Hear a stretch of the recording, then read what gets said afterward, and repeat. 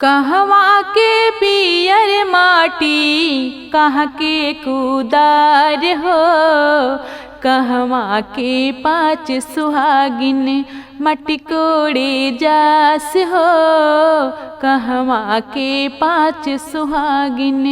कहवा के पियर माटी कहाँ के कुदार हो, कहवा के पाँच सुहागिन मटी कोड़े जास हो, कहवा के पाँच सुहागिन।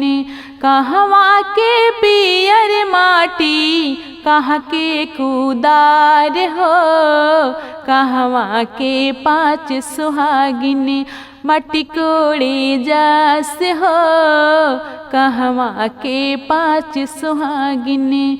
पटना के पियर माटी छपरा के कुदार हो, पटना के पियर माटी छपरा के कुदार हो, छपरे के पाँच सुहागिन मटी कोड़े जास हो, छपरे के पाँच सुहागिन मटी कोड़े जास हो, छपरे के पाँच सुहागिन।